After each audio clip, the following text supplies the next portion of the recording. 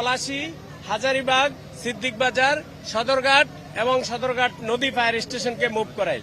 এই 6টা স্টেশনের মোট 11টা ইউনিট এখানে মুভ করে আমাদের নদী ফায়ার স্টেশন সহ। তো এখানে আসার পর এই আপনারা দেখতে পাচ্ছেন এখানকার স্ট্রাকচার, এখানকার রাস্তাঘাট খুবই সরু রাস্তা, একজন মানুষ সঠিকভাবে হেঁটে যেতে পারে না। এর ভিতর দিয়ে অনেক চ্যালেঞ্জ ছিল আমাদের।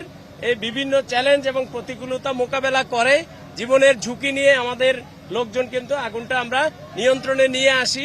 4টার সময় আমরা এই আগুনকে আমাদের সম্পূর্ণ নিয়ন্ত্রণে নিয়ে আসি। আগুন এখনো নির্বাপনের কাজ চলছে। আমাদের লোকজন, আমাদের ফায়ার ফাইটাররা এখনো ভিতরে আছে, তারা কাজ করতেছে। অগ্নি নির্বাপন শেষে আমরা টোটাল এলাকাকে সার্চ করব। এরপর আমরা বলতে পারবো আসলে কি কারণে আগুন লেগেছে এবং আগুন লাগার ক্ষয়ক্ষতির পরিমাণটা আমাদের একটা কমিটি হবে, সেই কমিটি ক্ষয়ক্ষতির পরিমাণ নিরূপণ করবে।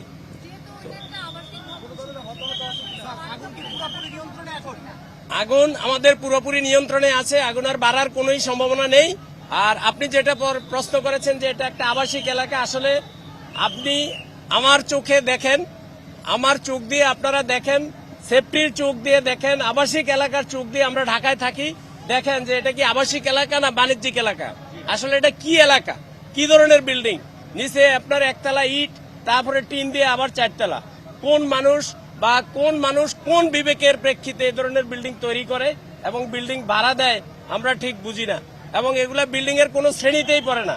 আমরা যদি বাংলাদেশ ন্যাশনাল বিল্ডিং কোডের কথা বলি, সেফটির দিক থেকে যদি বলি, এগুলা কোনো বিল্ডিং এর আওতায় পড়ে না।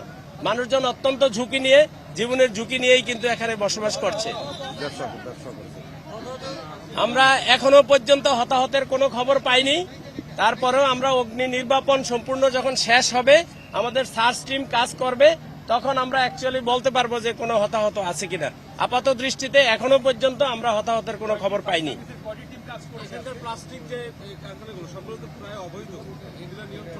আসলে এগুলা প্লাস্টিক কারখানা না প্লাস্টিকের দোকান না খেলনা দোকান, এগুলা কিছুই ডিফাইন করা যাবে না। কারণ এগুলা প্লাস্টিক দানা কোথাও পলিথিন পলিথিনের মতো জিনিস কেটে কিছু জিনিস তৈরি করে, কোনো ক্যাটাগরিতেই ফেলতে পারবেন না। এগুলো কি কারখানা, দোকান, ফ্যাক্টরি বা কোনো ক্যাটাগরিতে পড়ে না এগুলো।